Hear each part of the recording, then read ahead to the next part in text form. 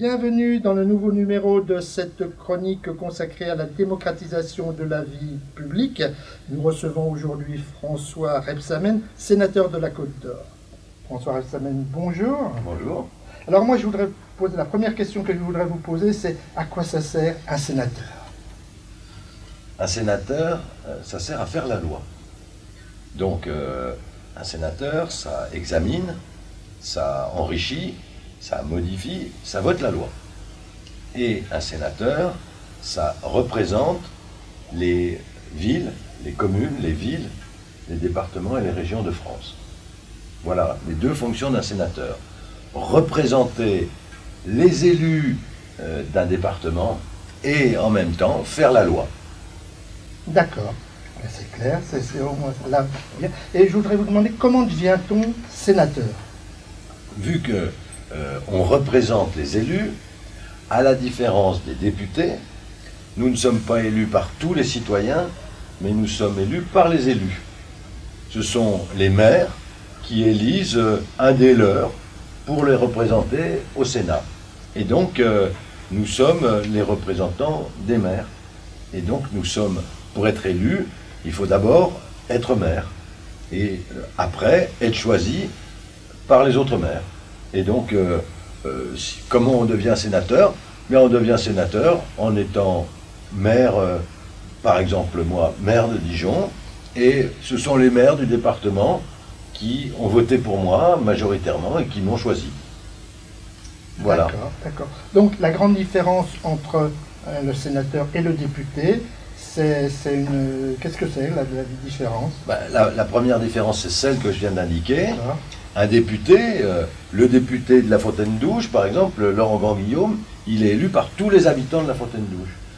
Moi, en tant que sénateur, je suis élu uniquement par les élus du département et pas par les habitants de la Fontaine-Douche. Par exemple, puisque nous sommes ici à la Fontaine-Douche. Donc, ça, c'est la première différence. Et la deuxième différence, c'est qu'il y a deux assemblées distinctes.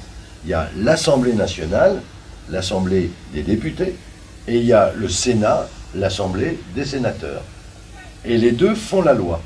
Mais la grande différence, c'est que ceux qui ont le dernier mot, si on n'arrive pas à se mettre d'accord, ce sont les députés, ce ne sont pas les sénateurs. D'accord, donc il y a une prééminence des députés. En bout de course, il y a toute une procédure législative compliquée, mais en bout de course, si on n'arrive pas à se mettre d'accord, en dernier ressort, ce sont les députés qui tranchent. D'accord. Eh bien, moi je voulais vous demander également, mais pourquoi il n'y aurait pas qu'une seule assemblée? Il y a des pays au monde où il y a une seule assemblée, une seule chambre. Ce qu'on appelle une assemblée, une chambre. Et nous, la République française, sous la Ve République, elle a choisi la représentation par deux chambres. Une chambre, on pourrait dire, du peuple, et une chambre des élus. Ça s'appelle le bicamérisme, deux chambres. Donc, à quoi ça sert et pourquoi il y en a deux? Pas pour dépenser plus d'argent, comme on pourrait le croire, mais simplement parce que la loi, elle est mieux faite quand elle est faite par deux chambres. Je simplifie. À l'Assemblée nationale, c'est assez simple. C'est la droite contre la gauche. Si c'est la droite qui est majoritaire, c'est la droite qui fait voter ses lois. Si c'est la gauche, c'est la gauche. Mais au Sénat, c'est pas pareil. On a une forme de sagesse au Sénat.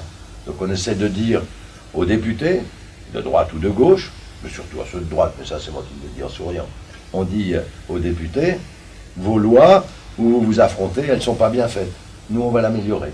Et donc on sert surtout à améliorer, et vu qu'on est élu, on connaît la réalité des choses sur le terrain.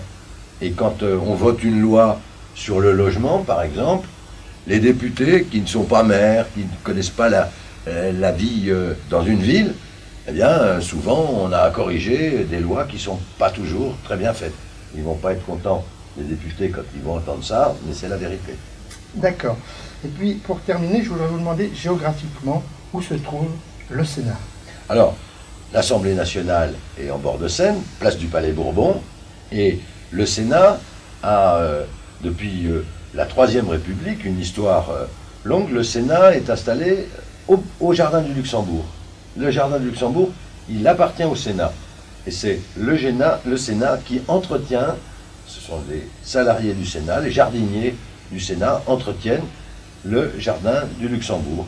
Et donc, quand les gens vont se promener au jardin du Luxembourg, allez-y, c'est très beau. Quand vous allez à Paris, eh bien, dites-vous que ce sont les salariés, les agents du Sénat qui entretiennent ces espaces verts magnifiques. D'accord. Eh bien, François Rebsamen, je vous remercie. C'est moi qui vous remercie.